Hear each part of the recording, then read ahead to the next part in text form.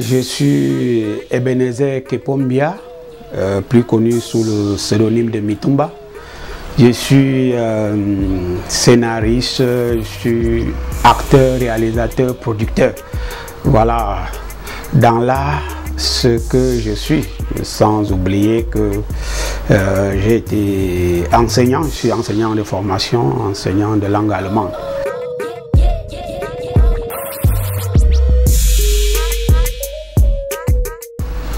Bon, c'est toute une histoire, Mitumba, mais pour être bref, c'est que partant de mon ouest natal, j'arrive à Douala dans les années 80, tout petit, et mon grand frère me fait déguster du Mitumba, j'en consomme pour la première fois, et au moment de retourner au village, j'en apporte à mes amis.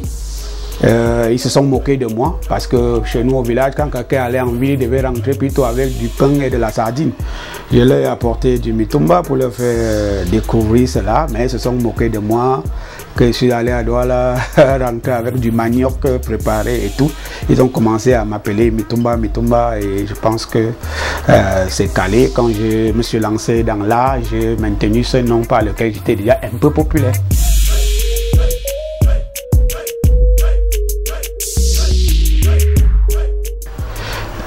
Le cinéma est en moi. Moi, j'ai choisi enseigner, mais le cinéma m'a choisi. C'est un destin, j'ai des prédispositions naturelles pour ça. Et comme on le dit souvent, on ne peut pas fuir son destin. Donc, je n'ai pas fait d'effort pour arriver en cinéma. C'est venu tout seul, parce qu'il était en moi, il était endormi. Et voilà, j'y suis.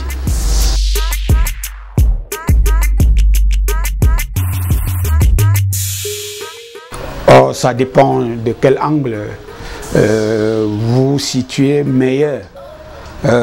Si c'est meilleur en termes d'audience, je vais dire Foyer Polygamique. C'est la série Foyer Polygamique qui m'a le plus fait connaître sur le plan national et même sur le plan international, parce que jusqu'à présent, c'est la seule série qui est diffusée dans plusieurs pays francophones. Je voudrais rappeler que je suis le seul producteur camerounais dont au moins une œuvre est diffusée dans tous les pays francophones d'Afrique et en France, et même de nos jours au Mexique. Je suis le seul Camerounais dont la série est diffusée en espagnol au Mexique, la série La Reine Blanche. Donc je ne suis plus seulement un artiste du Cameroun. Donc je suis connu un peu de partout grâce à Foyer Polygamique et d'autres. Mais je dis Foyer Polygamique m'a fait plus connaître. La Reine Blanche aussi. Et toutes mes autres séries ont été des succès. Mais j'évoque la série Foyer Polygamique parce que c'était la première série qui a vraiment fait courir beaucoup de Camerounais et même beaucoup d'Africains.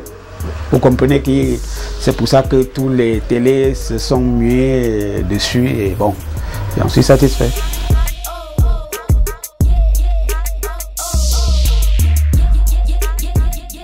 Oh, il y en a assez. Vous savez, quand être réalisateur, être producteur, c'est en permanence regrouper et diriger les gens. Je me plais toujours à échanger, à diriger et à m'amuser sur les plateaux. En principe, chaque instant de tournage, pour moi, est un moment de détente. Donc, chacun de mes plateaux est un souvenir pour moi. Moi, je voudrais dire, là, ça sera une sorte d'anecdote, que quelque chose qui m'a plus marqué dans ce métier, c'est le jour où une femme m'a giflé à Bafoussam, prétextant que je menaçais Mado dans la série Foyer Polygamique. Donc, je suis arrivé au marché à Bafoussam. À l'époque, je vendais mes DVD. Et les gens se sont accourus, les gens se sont déplacés vers moi. Tout le monde criait Mitumba, Mitumba. Et j'ai vu une grand-mère s'approcher avec la canne et tout. Elle a faufilé entre les gens. Et elle m'a approché, elle m'a bien regardé et dit c'est bien lui. Je m'attendais qu'elle me salue, mais elle m'a donné une bonne claque. en disant, qu'est-ce que tu prends à Mado? Voilà, tu crois qu'on achète l'enfant? Parce que dans la série, j'ai menacé Mado de ne pas me faire d'enfant et je voulais prendre une deuxième femme à cause de ça. On a beau expliquer à la maman que c'est du cinéma, elle dit non. Ce que je vois de mes propres yeux, vous dit que c'est le cinéma, cet homme est méchant. Voilà.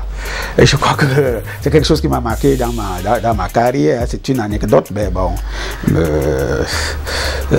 ça m'a fait plaisir de savoir que ce que je fais a un impact sur les gens.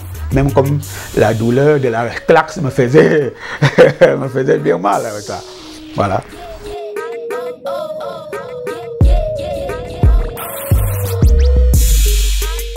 Oui, je pense que le monde audiovisuel est en plein essor au Cameroun. Les Camerounais, de plus en plus, s'investissent dans l'audiovisuel et font des œuvres de bonne qualité, que ce soit dans le cinéma ou bien dans les clips vidéo.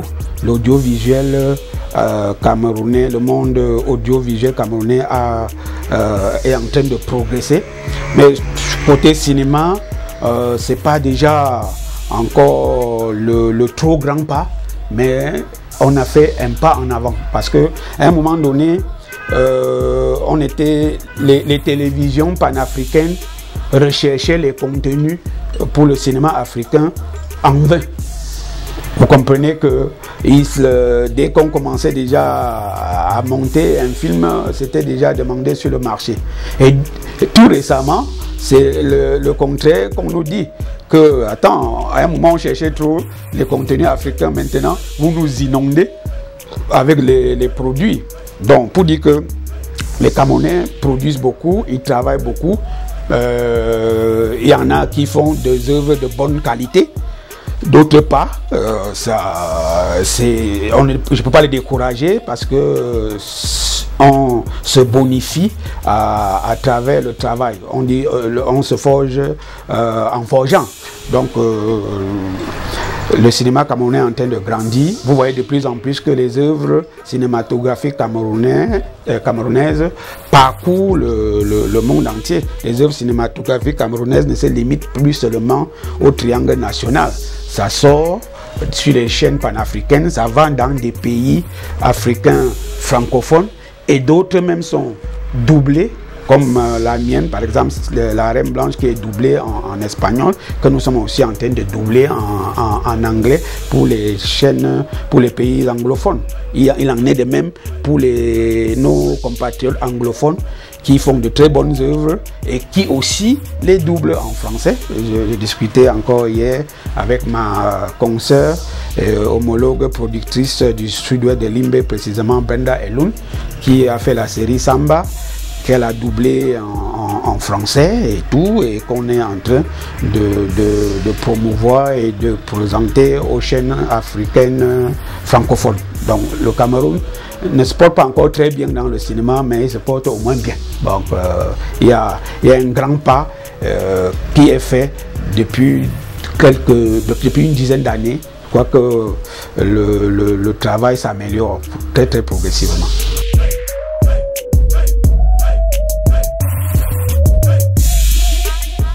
Ils sont très nombreux, vraiment. Si je me mets à les citer ici, peut-être on va passer 1 heure. Je pense que le Cameroun regorge de grands talents, que ce soit dans le domaine de l'actorat ou bien même de la technique. Les gens pensent que les Camerounais ne maîtrisent pas la technique. Si vous voulez travailler avec de bons techniciens, vous allez les trouver au Cameroun. Ils sont très nombreux.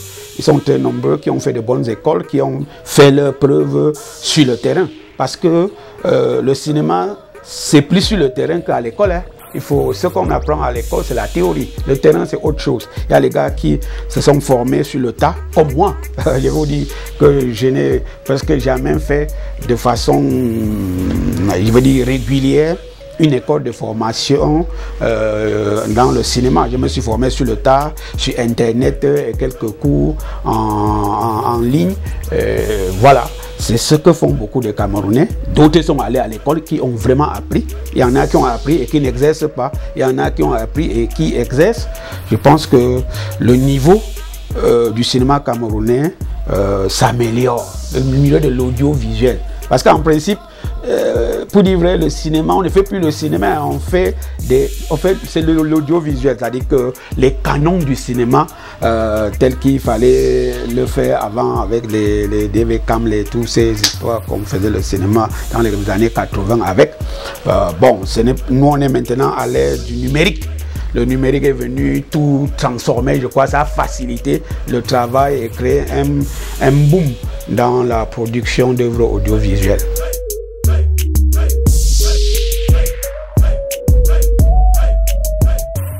Je crois que nous, au début, je me rappelle dans les années 2000, voilà, Canal 2 a commencé à diffuser des sketchs, des petites pièces cinématographiques, c'est-à-dire des courts et longs métrages, des sketchs même en fait pour être plus précis.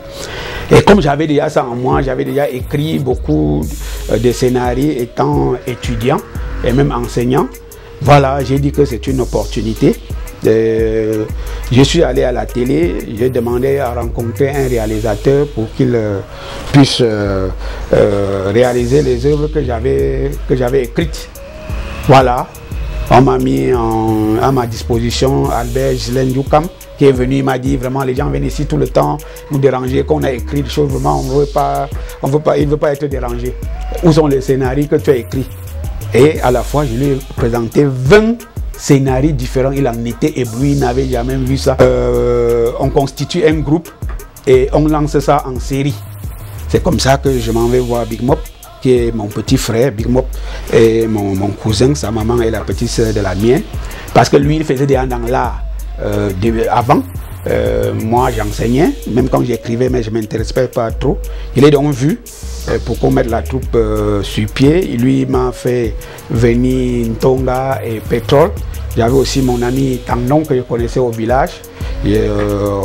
On s'est regroupés et j'ai demandé à Dovi Kendo, qui est une sœur du village, de venir nous joindre. Elle avait une tournée qu'elle avait fait au Maroc. Elle m'a plutôt envoyé Anas. Et Anas est arrivé avec Caro. On a formé comme ça la troupe. Moi, j'avais commencé à appeler ça le déballage. Qu'on va faire un déballage des faits de la société sous forme de sketch. Bon, après, c'est Caro qui avait proposé que de dire déballage, que nous, on se nomme les déballeurs. Voilà, on a fait comme ça une trentaine de films. Après, les déballeurs, on a dissous ça parce qu'on a compris que le cinéma, ce n'est pas une affaire de groupe. Il faut varier les acteurs. Voilà, quand vous présentez les mêmes personnes dans des films différents, on a l'impression que vous faites la même chose. Donc c'est depuis, je crois, dans les années 2009-2010 que j'ai mis sur pied ma propre unité de production qui s'appelle Chambéni Entertainment. Et depuis là, je suis un producteur indépendant, je produis moi-même mes œuvres et je les propose sur le marché. Donc avant, à l'époque des déballeurs, c'est Canal 2 qui produisait, on était des salariés de Canal 2. Donc à un moment, j'ai dit non, un cinéaste ne doit pas être salarié quelque part. Je suis allé voir M. Tchatchoué pour lui dire que bon, les œuvres que tu produis là, est-ce que tu peux nous permettre de mettre ça sur DVD, on les vend? Il m'a dit, mais quand je l'ai diffusé sur ma télé, ça ne me sert plus à rien. Je pense que c'est là où ma vie a basculé. Donc je me suis mis sans honte à vendre moi-même les DVD dans tous les marchés du Cameroun, tous les bureaux. Les gens se sont moqués de moi. Qu'un artiste, une star, ne doit pas aller au marché vendre des DVD. Mais j'avais mes objectifs. Je voulais acquérir moi-même mon matériel de production. Je l'ai fait en 3 ans. Et j'ai eu suffisamment d'argent pour m'acheter tout le matériel. Et je suis devenu indépendant. C'est les autres aujourd'hui qui viennent me louer le matériel pour produire des films. Je produis moi-même sans être gêné ou je ne sais pas, sans que mon travail n'ait un handicap. Il a fallu que je mouille le maillot. Je l'ai bien mouillé dans les marchés, recevant les gifles dans les bureaux et recevant des insultes. Mais aujourd'hui, je suis respecté dans ce travail grâce à cette abnégation, à cette détermination à rêver de sa vie, à rêver sa vie pour pouvoir vivre ses rêves.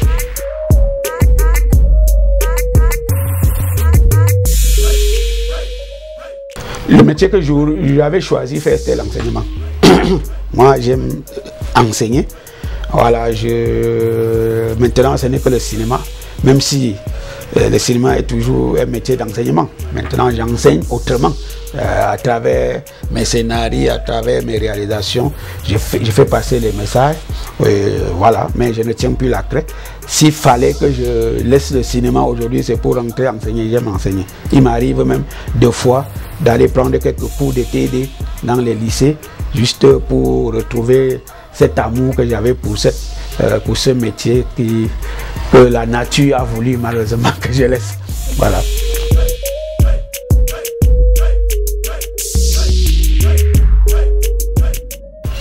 Moi, je mange tout ce qui est bien fait. Voilà. Mon père me disait toujours que qui trie manque. Si tu tries, tu manques. Voilà. Si tu manges tout, tu n'auras jamais faim. Et je crois que je l'ai appris plus tard parce que je voyage beaucoup. Un jour, je suis arrivé en Chine, j'ai eu de la peine à manger parce que je ne trouvais rien de Camerounais ou d'Africains qui m'intéressait et tout.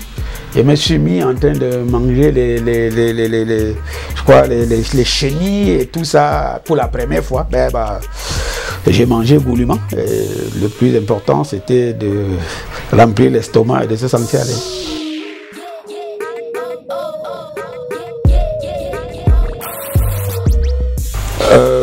Il y a des gens qui souffrent plus à la place de ma femme qu'elle-même.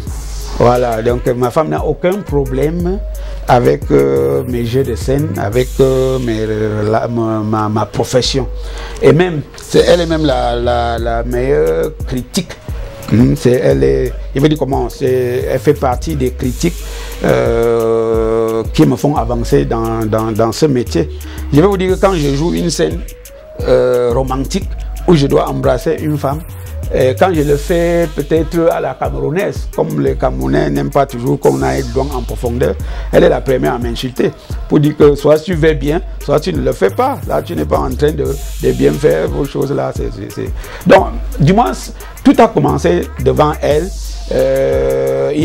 Quand on faisait les déballeurs, on tournait même dans ma maison, on tournait même dans mon lit conjugal. Vous comprenez qu'elle sait que c'est un travail.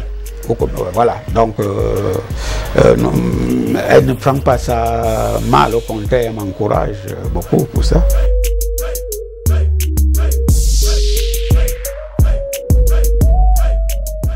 Je travaille spécialement sur des séries. Cette année 2019 est pour moi une année sabbatique. J'ai beaucoup travaillé. J'ai dit que cette année je me repose. Je pense qu'en 2020 je vais reprendre la production d'une autre œuvre. Et bon, je travaille aussi sur des coproductions, voilà, avec d'autres producteurs. D'ailleurs, on venait de mettre sur pied une association de producteurs indépendants du cinéma et de l'audiovisuel pour pouvoir vraiment doper ce métier et faire avancer le cinéma camerounais.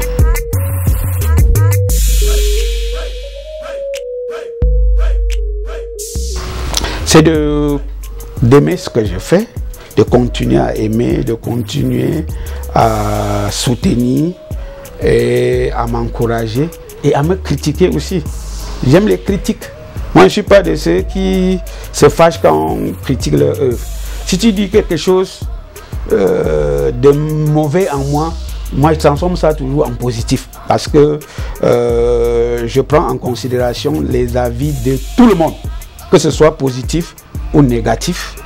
Moi, je n'ai pas de soucis pour ça. Donc, ça m'aide déjà à apprendre à me maîtriser.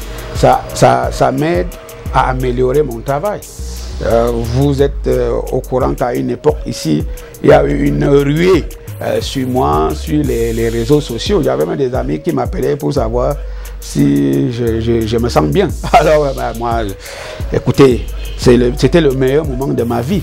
Là, où tout le monde prêtait son attention sur ma modeste personne.